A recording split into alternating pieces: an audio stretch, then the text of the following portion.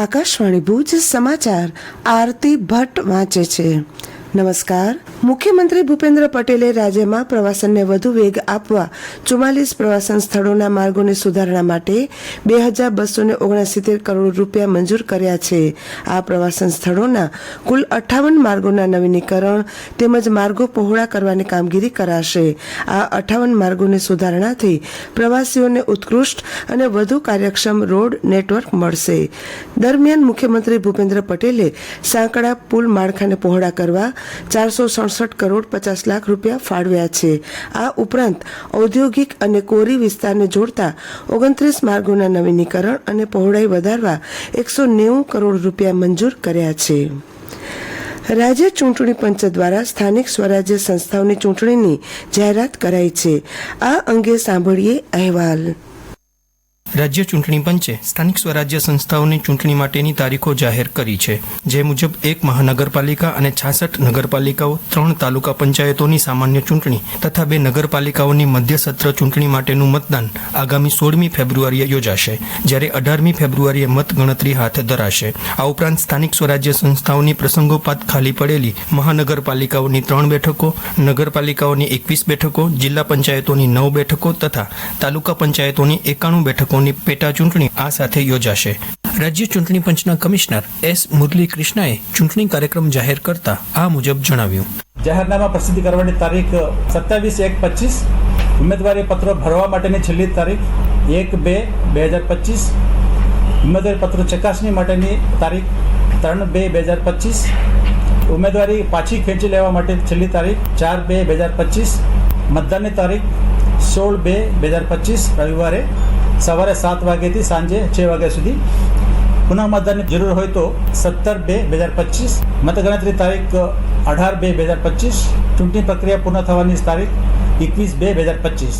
રાજ્યમાં ગ્રામ પંચાયતોમાં અનામતની કામગીરી ચાલી રહી છે અને આ કામગીરી પૂર્ણ થયા બાદ ગ્રામ પંચાયતની ચૂંટણી જાહેર કરાશે. કચ્છની વાત કરીએ તો રાપર અને ભચાઉ નગરપાલિકાઓની સામાન્ય ચૂંટણી જાહેર કરાઈ છે. તેમજ ભચાઉ, મુન્દ્રા અને માંડવી તાલુકા પંચાયતોની એક બેઠક માટે પેટા ચૂંટણી યોજાશે.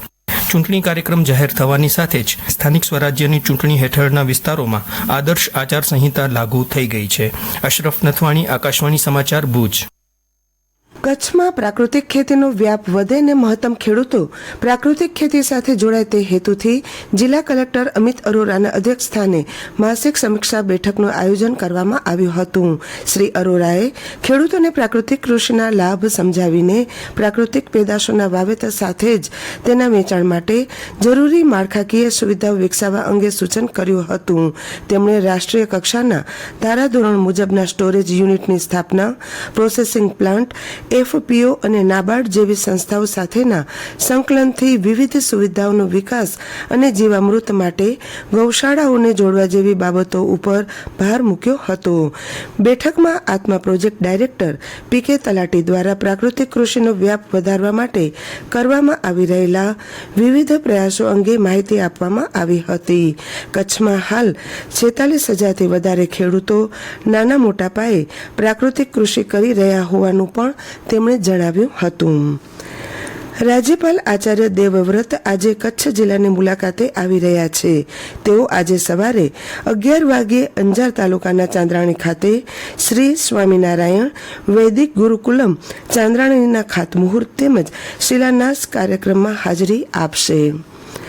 35મા રાષ્ટ્રીય માર્ગ સલામતી માસની ઉજવણીના ભાગરૂપે ભુજમાં સહજાનંદ ગર્લ્સ ઇન્સ્ટિટ્યૂટમાં આરટીઓ અને પોલીસ દ્વારા વિશેષ સેમિનારનું આયોજન કરાયું હતું.